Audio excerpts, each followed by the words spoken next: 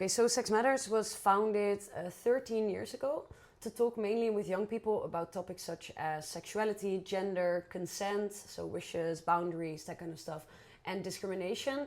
Because 13 years ago in school, I know people now feel like these topics are everywhere, but 13 years ago they weren't. No. 13 years ago, talking with kids about like topics such as who are you? What does your body feel like? Do you feel comfortable in boys' clothes? Do you feel comfortable in girls' clothes? Those were new topics. Yeah. And Sexmatters kind of jumped into the gap that they saw in schools. So they started talking with young people. And if I say young people, I mean like high school kids, like 12 to 16. Yeah. I'm not meaning like kids, I'm meaning like 12 to 16. And then later at like universities, MBO, HBO. And then at some point there was a club in Amsterdam.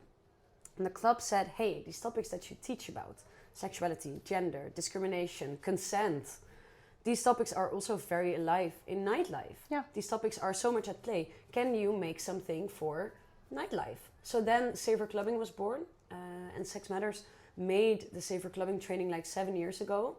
And it was so funny because in the beginning when they did Safer Clubbing, people were like, what is this? Yeah. Why do we need this?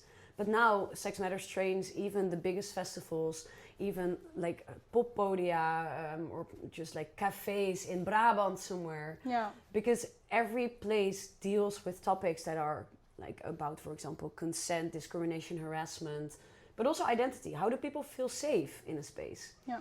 And I joined Sexmatters 7 years ago, first teaching young kids, then later mainly focus on nightlife. And then from nightlife, there was a restaurant who said, hey, can you do this in restaurants? Then there was a company who said, hey, can you do this in a company? And then it just went on and on. And now we train everyone who wants to hear us, basically. That's cool.